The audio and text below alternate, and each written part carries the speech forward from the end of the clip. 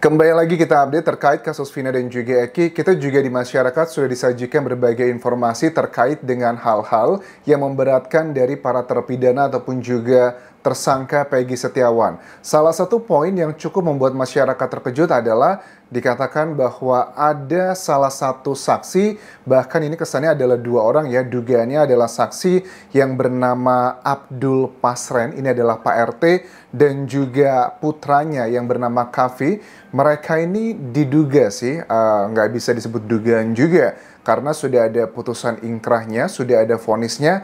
Ada poin yang disampaikan bahwa mereka ini mengaku bahwa pernah didatangi oleh keluarga dari terpidana dan kemudian mereka itu berusaha untuk membujuk, memberikan sejumlah uang agar mereka berbohong. Kavi dibilangin bahwa kamu ngaku dong bahwa kamu berbohong dong gitu. Malam hari itu para terpidana itu memang nginep bersama kamu. Begitupun juga sama Pak RT, Abdul Pasren ini pun juga sama. Tetapi kita baru mendengarkan keterangan terbaru ya, bagaimana peristiwa sebenarnya versi dari para keluarga terpidana. Salah satu poinnya yang aku lihat di sini dari channelnya Kang Deddy ya bilang bahwa sebenarnya kami tidak benar menurut para keluarga ada 5 orang yang mendatangi ketua RT saat itu Abdul Pasren di tahun 2016.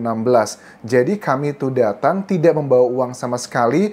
5 orang itu datang setelah habis maghriban dan pada saat datang itu yang ngebuka pintu adalah sang istri dan kami ketemulah dengan Abdul Pasren yang biasa dipanggilnya Uwa. Pada saat itu saya yang mewakili rekan-rekan lainnya, keluarga untuk berbicara dalam bahasa Jawa sembari menangis, sembari kayak bersujud ya, bukan bersujud ya, tapi ya bersujud lah karena ibu ini kan posisinya di bawah dari kursi tempat duduknya Abdul Pasren. Dia panggilnya Uwa begitu. Dalam bahasa Indonesia yang disampaikan begini, mohon maaf Uwa Pasren, kami dari keluarga, tolonglah beri keterangan jujur karena anak-anak bilang mereka tidur di sini waktu kejadian Vina dan Eki begitu. Nah terus dijawab sama Uwa Pasren ini yang sekarang kondisinya udah sepuh ya menurut aku, karena ada beberapa keterangan dari tetangga sekitar bahwa Uwa Pasren ini usianya sudah sepuh, katanya sudah di atas 60-an tahun. Jadi udah nggak begitu lagi ngeh apa yang bisa dilakukan. Mudah-mudahan masih diberikan kesehatan ya, agar ini bisa menjadi pembuka kalau memang semua ini adalah rekayasa semata. Jawaban di 8 tahun lalu dikatakan begini, tidak bisa, pokoknya saya nggak ikut-ikutan, itu urusan polisi. Nah jawaban seperti ini kok mirip banget ya dengan gaya pada saat Bu Nining juga diwawancara sama Kang Deddy, kesannya kan, oh saya nggak tahu, usianya pun juga sudah sekitar 60-an tahun. Jadi ini ada persamaan antara Ketua RT Abdul Pasren dan juga Ibu Nining, yang Ibu Nining itu nggak diambil BAP-nya ya di tahun 2016 tersebut, tetapi kan karakternya mungkin sudah usia seperti itu, mungkin saja ini dimanfaatkan oleh oknum-oknum tertentu, ditakut-takutin. Ya sudah, makanya ngomong yang seperti ini aja, biar aman, biar putra Anda nggak ikut-ikutan juga. Kavi ini pun juga sama, ada beberapa hari yang lalu, tepatnya di hari Rabu kemarin, sejumlah bapak-bapak dari perwakilan para terpidana, keluarganya itu diundanglah ke Polda Jawa Barat di Bandung.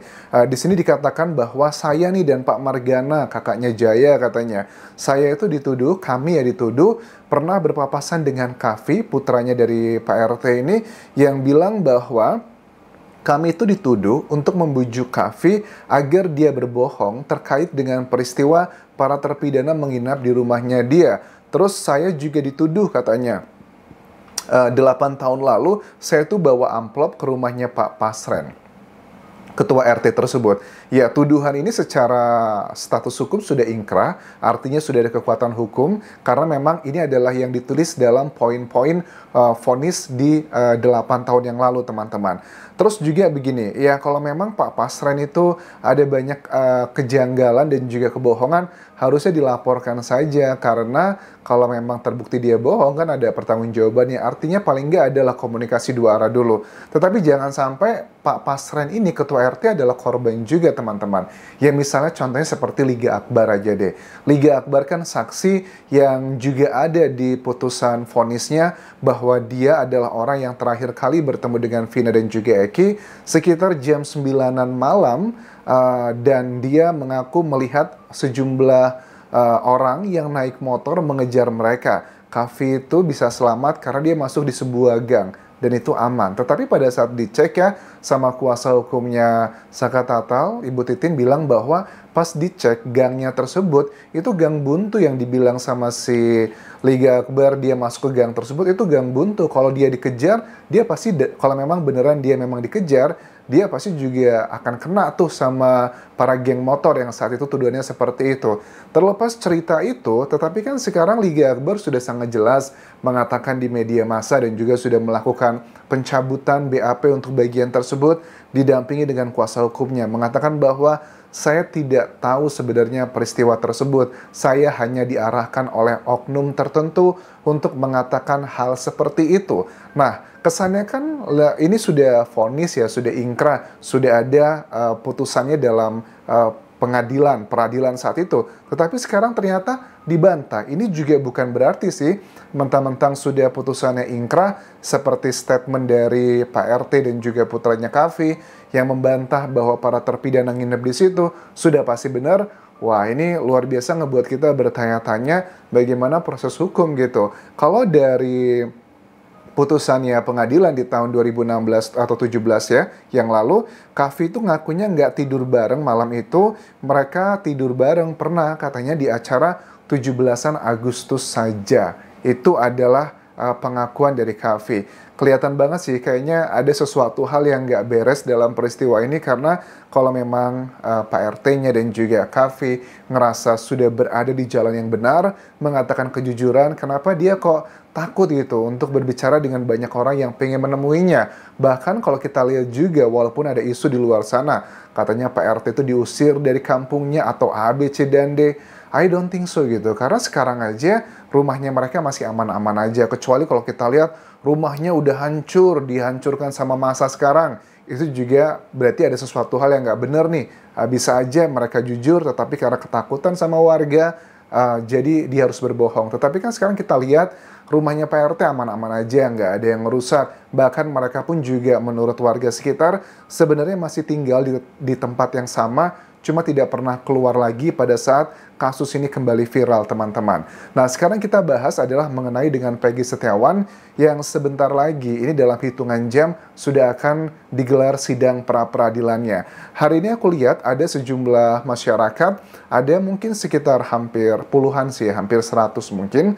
Ada masyarakat yang menggunakan baju Peggy Setiawan dengan tuliskan bahwa bebaskan Peggy Setiawan, ini melakukan aksi damai jalan di area jalan Flyover Talun. Ini adalah salah satu bagian TKP dari peristiwa Vina dan juga Aki. Kemudian sejumlah masyarakat memberikan tanda tangan yang intinya adalah untuk mendukung Peggy Setiawan dibebaskan karena menurut versi mereka, dia tidaklah bersalah dengan alibi pada saat kejadian dia sedang berada di Bandung. Nah, itu adalah bagian yang sedang menjadi perdebatan. Nah, terkait dengan KTP gandanya bapaknya Peggy ya, Pak Rudi ya, itu kan sebenarnya menurut dia pada saat dia diperiksa di Polda Jawa Barat dengan tegas dikatakan bahwa dia ngebuatnya tahun 2008 atau 2009.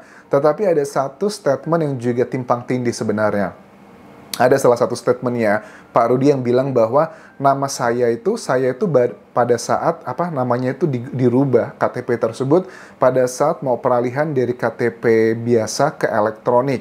Jadi yang KTP yang biasa tersebut pada saat mau diubah ke elektronik, saya minta disamakan dengan kartu nikahnya, kartu keluarganya yang namanya bukanlah yang sekarang. Nah, ini yang menjadi permasalahan adalah sebenarnya dirubah KTP-nya itu tahun berapa? 2008 kah, 2009, atau tahun 2020? Kalau seandainya terbukti nanti, ini kan bagian yang pasti penyidik punya alat buktinya. Kita hargai itu ya, butuh waktu untuk membuktikan nanti dalam pra-peradilan, dan juga dari keluarga Peggy Setiawan, Pak Rudi juga punya alibinya. Ya kita lihat nanti pembuktiannya yang mana begitu. Kalau memang betul dilakukan perubahan sebelum tahun 2016, artinya sebelum terjadinya peristiwa Vina dan juga Eki, itu clear, tidak ada hubungan dengan peristiwa ini, pure seperti alibinya Pak Rudi bahwa ini dilakukan karena urusan pribadinya, yaitu adalah ingin menikah dengan istri kedua karena tidak ada persetujuan dari istri pertama. Tetapi kalau memang perubahan tersebut